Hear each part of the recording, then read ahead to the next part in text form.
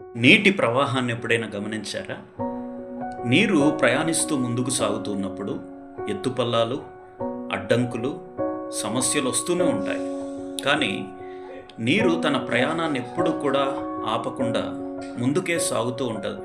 ఒడిదుడుకులను దాటుకొని బండలను సైతం చీల్చుకుంటూ తన దారిని తాను చూసుకుంటూ ముందుకు సాగుతూనే ఉంటుంది నీరు.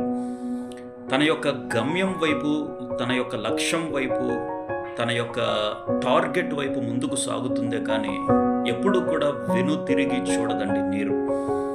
ఎన్ని ఇబ్బందులైనా, ఎన్ని ఒడిదుడుకులైనా మానవ జీవితంలో మనం కూడా ముందుకు సాగుతూనే ఉండాలి.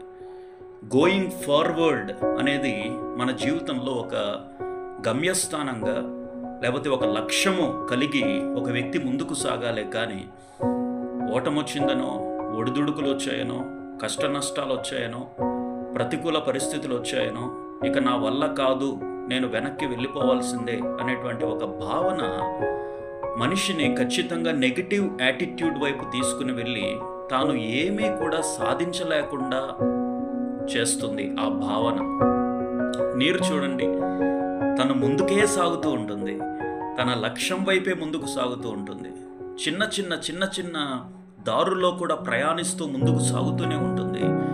అలానే మనం కూడా ఎన్ని కష్టాలైనా, ఎన్ని ఒడిదుడుకులైనా, ఎన్ని శ్రమలైనా, ఎన్ని ఇబ్బందులైనా ఎవరికి ఉన్నటువంటి గమ్యస్థానాల వైపు, ఎవరి లక్ష్యాల వైపు వారు ముందుకు సాగినప్పుడే మన జీవితంలో సక్సెస్ని, విజయాన్ని మనం చూడగలుగుతాం.